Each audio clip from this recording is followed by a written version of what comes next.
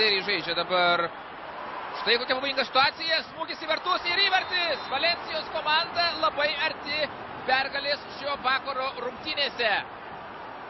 Na ir dabar visa kaltė tenka Real Sociedad komandos gynėjui, kuris tiesiog padovanojo kamuolį Valensijos futbolininkui lygioje aikštės vietoje. Dar kartą mums parodys transliacijos režisieriai pakartojimą, o šio įvarčio autorius žaidėjas, kaip minėjau, pirmajame kėlinyje, žaidžiantis labai sėkmingai, tai yra 5. Arico Adurio įvartis šių metų pirmenybėse rungtyniaujant Valensijos gretose. Ir štai šis pavojingas momentas, nuo ko jis iškilo, nuo to, kad buvo prarastas kamuolys ir Aricas Aduris tokių klaidų nedovanoja.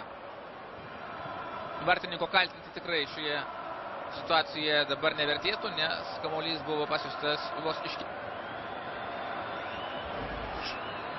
kažkaip fenomenaliai žaidžia šiandieną Valensijos futbolininkai. Pamename pirmąjį įvartį Valensijos komanda, pirmąjį savo įvartį komandinį Valensijos komanda pasiekė per pridėtą laiką pirmojo